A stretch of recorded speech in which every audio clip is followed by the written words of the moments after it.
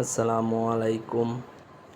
আজকে ভিডিওটিতে আমরা যাচ্ছি একটি বিয়ের অনুষ্ঠানে। তবে গ্রামের অঞ্চলের রাস্তা ভালো না থাকার বড় গাড়ি নিয়ে যাওয়া সম্ভব হয়নি।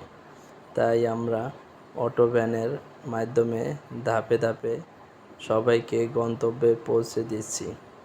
কিন্তু আমরা এক সময় একটা অটো ভ্যানের জন্য অপেক্ষা করলাম। তবে দেখি আমরা অনেক মানুষের ভিড় হয়ে গেল। এর জন্য আমরা ধাপে ধাপে 10 জন করে আমরা অটো ভ্যানে উঠে পড়লাম। গ্রাম অঞ্চলে যেটাই হয়, মুরব্বি যাক বা না যাক, ছোট বাচ্চারা আগে উঠবে, আগে বসবে। এটি নিয়ে কাড়াকাড়ি এটা প্রতিটি বিয়ের অনুষ্ঠানে হয়ে থাকে। যাই হোক, আমাদের বিয়ের অনুষ্ঠানে হয়ে থাকলো।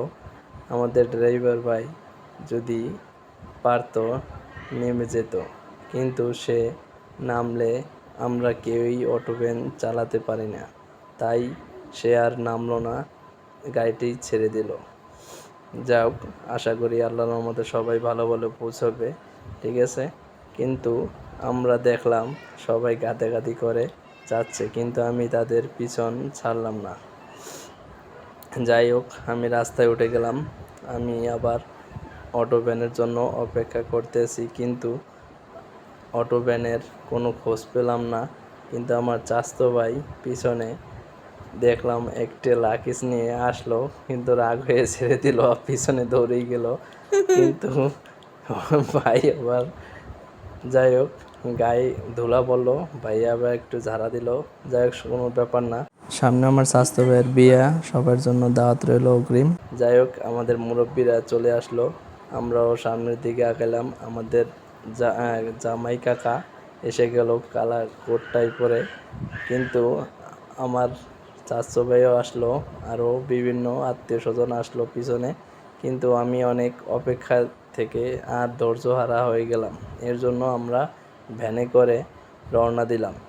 কিন্তু কিছু দূর যাওয়ার পরে কি ভাগ্যের নীলা খেলা, আমাদের সামনে একটি টমটম এসে আটকা পড়ল। আর কি করা, এখন পিছনে আমাদের ব্যাক করে যেতে হবে, তাই ব্যাক করে নিতেছি।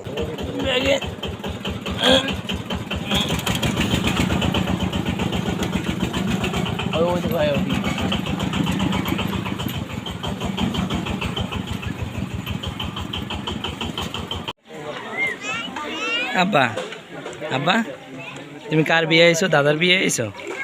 হ্যাঁ, সত্যি? কই তোমার দাদা কই?